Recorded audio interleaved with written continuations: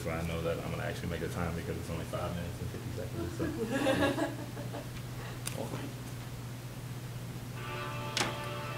Have any of you ever seen the movie Lord of the Rings? Obviously you have. That's a dumb question. It's one of the best movies ever made. Anyway, the scene when Gandalf dies when fighting the Balrog, it's the scene that makes the movie. You see, the thing is, like, the actors did a good job of portraying their sadness and what happened. But it wasn't them who made the scene so intense. It was Adagio in D minor with Enya's voiceover in the background. For those of you who don't understand what I'm saying, it's the music in the back that truly got you to feel the intensity of the scene, to truly feel the sadness and despair that the director intended on you to feel. You see, that's why I love movie scores. I love trailers and I love the different soundtracks of movies because they allow the person watching to understand an important event that's either happening or is about to happen.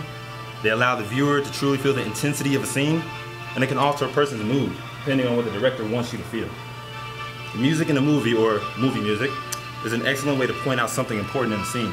You see, have you ever watched a movie where you missed something in the scene that was like really, really important, but you didn't realize it at the time? You see, that's the beauty of music.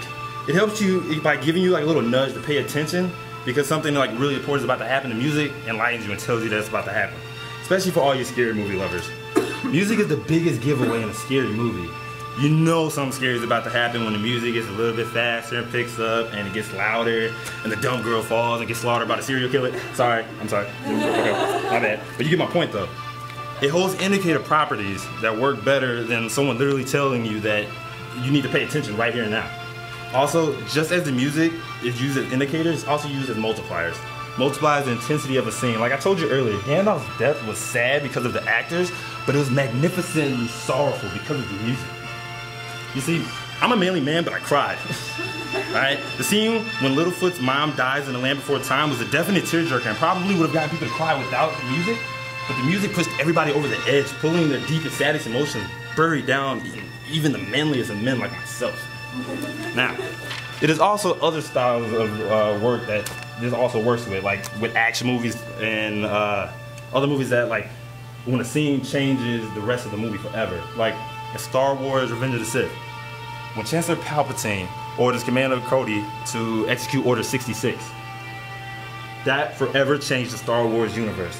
You see, the clones began killing all the other Jedi one by one, and everybody else that stood in the way of the New Republic. Especially the scene when Anakin Skywalker had to kill the younglings. It was so intense it hit you like a bag of bricks. You see, the music playing when they began the onslaught was just so beautiful. And love scenes aren't safe either. Duh. 17 again. I know some of you have seen the movie.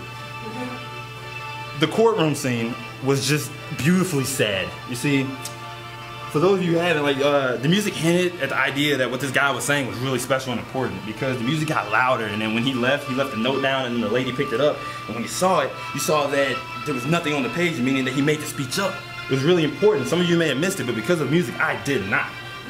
Now, lastly, music in movies has the ability to evoke specific moods and feelings depending on what the director wants you to feel. My man's Hans Zimmer is a thug in the orchestra game, alright? Now, his music is by far the most compelling, alluring, beautifully meaningful music pieces of work that I've ever been blessed enough to hear. He did soundtracks to The Lion King, Gladiator, Inception, the Batman trilogy, Transformers, Pirates of the Caribbean. I can go on, but I'm not gonna, because that's a speech in its own.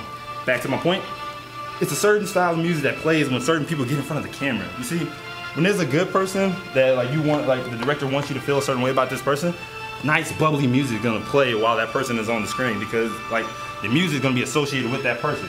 Good music for a good person and vice versa. When a bad person or a maleficent person comes on the screen, there's gonna be dark, ominous music that plays for that person. You're gonna associate the dark music with that person.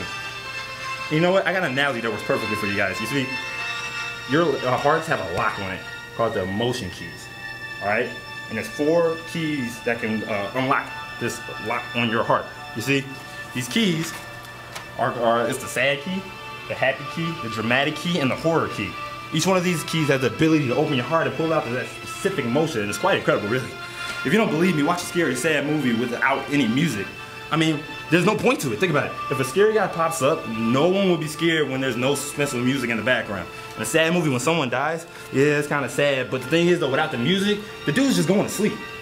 Honestly. And then with the action movie, it's just mindless violence. But with the music, it's an intense struggle that has purpose and meaning. And in a weird way, it's beautiful through all the blood and gore. It's what separates the good speeches from the magnificent ones. And it's what gets Trey Johnson A's on his speeches. Frankly, music is just a gift that is very underappreciated. And it puts the actors and the story plot on its back, though. See, it's what makes movies iconic. It's the reason you know Michael Myers is coming. It's the reason you know Marley, when Marley dies, it's the reason you cry. It's the reason that you can appreciate a horrible movie. Music is a beautiful thing, you see? It points out the obvious that you may have missed. It brings intensity to a scene that the actors just can't do. And it brings out moods and feelings and emotions that you didn't even realize were there.